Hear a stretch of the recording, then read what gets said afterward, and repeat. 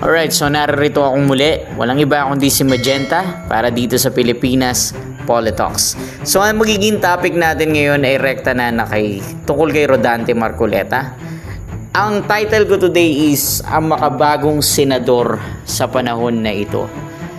Well, let us say na sa panahon ngayon ng politika, madalas maririnig natin yung mga pangalan ng malalaking personalidad gaya nila Marcos, Duterte at syempre ang paborito ko, si Vico Sotto. Pero sa gitna ng lahat ng to, meron akong isang nakitang mambabatas na nasa eksena.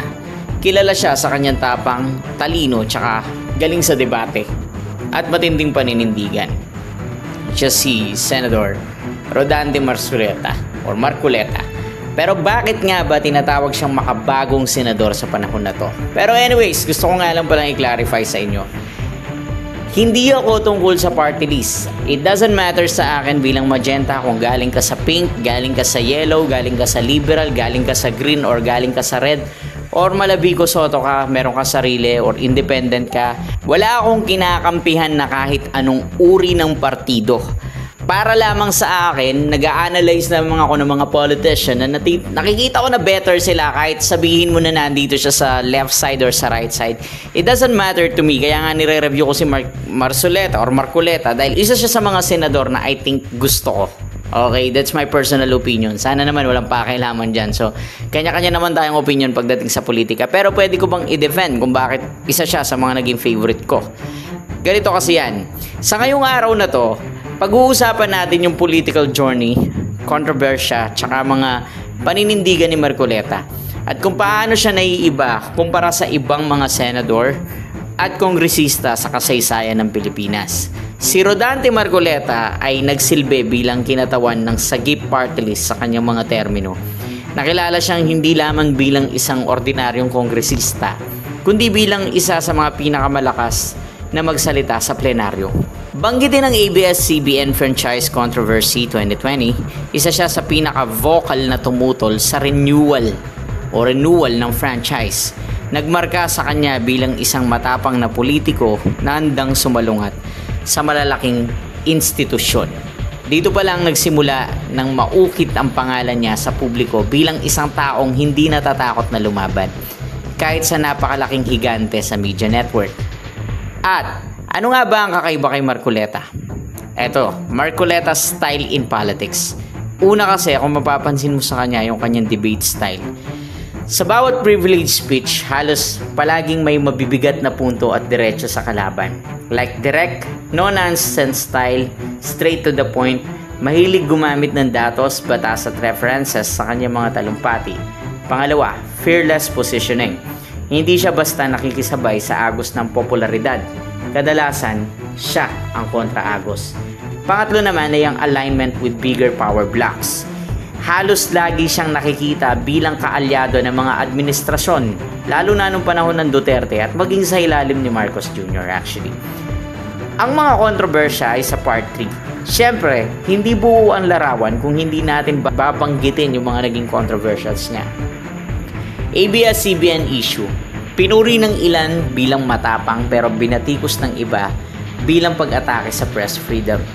Malakas na pagdepensa sa ilang policies ng Duterte admin. Para sa kanyang mga kritiko, si Marcoleta ay simbolo ng loyalista at yes man ng admin. Pero para sa kanyang mga taga-suporta, siya ang senador na handang magsakripisyo sa popularidad alang-alang sa prinsipyo. Part 4, ang makabagong senador, label. Bakit ba siya tinawag na makabagong senador sa panahon na to? 3 puntos. Style of leadership. Hindi na uso kasi yung sobrang diplomatic speeches. Ngayon, mas hinahanap ng tao yung diretso at matapang. Yan kasi yung dala ni Marcoleta.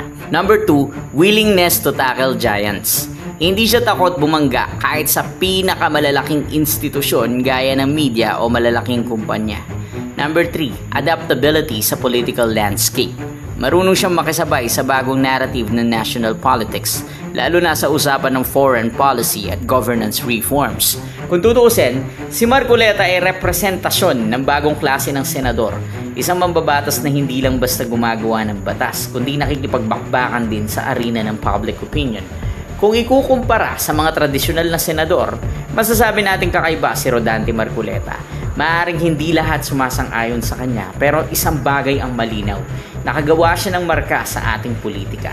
Ngayon ang tanong, ito ba ang klase ng leader na kailangan ng bansa sa susunod na henerasyon? Ikaw, ano ang tingin mo? Si Marcoleta ba ang tunay na makabagong senador sa panahon na ito? Kasi, ang masasabi ko, meron din tayong tinatawag na meta ng politika.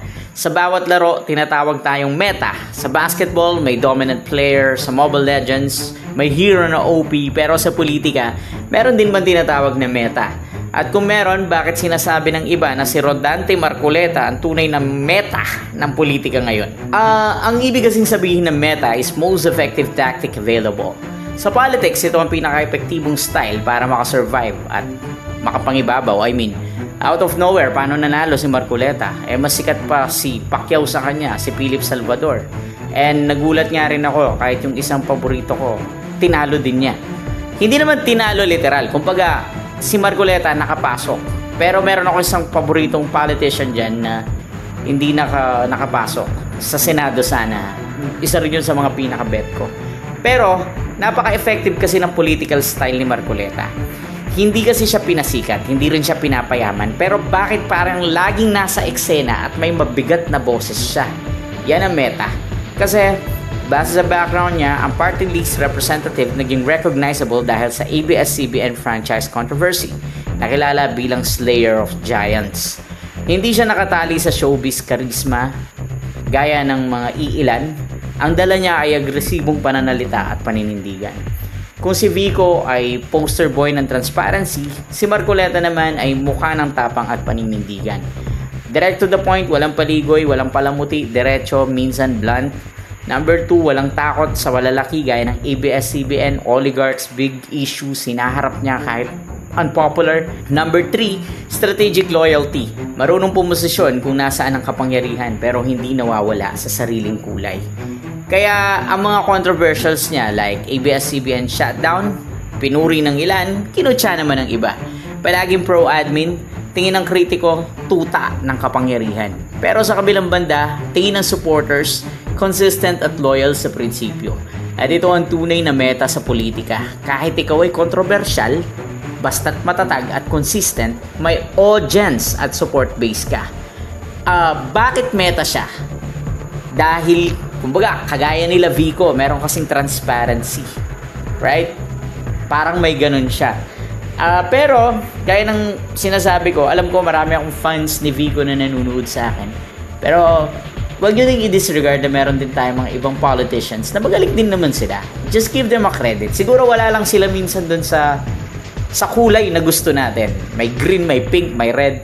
Pero let us give them some, gawin na lang nating all-star NBA, right? Parang ganon. Like si LeBron nasa Lakers, si Stephen Curry nasa Golden State Warrior, si Carmelo Anthony dating nasa New York Knicks, right? Parang ganon. Kumbaga, let us give them some sort of, wala, ganon talaga. Minsan wala talaga sila sa same party list. Pero masasabi naman natin na goods pa rin, magaling pa rin, kahit hindi siya kakulay. Kasi hindi ako fan ng colors Fan ako ng mga magagaling na politiko pagdating dito.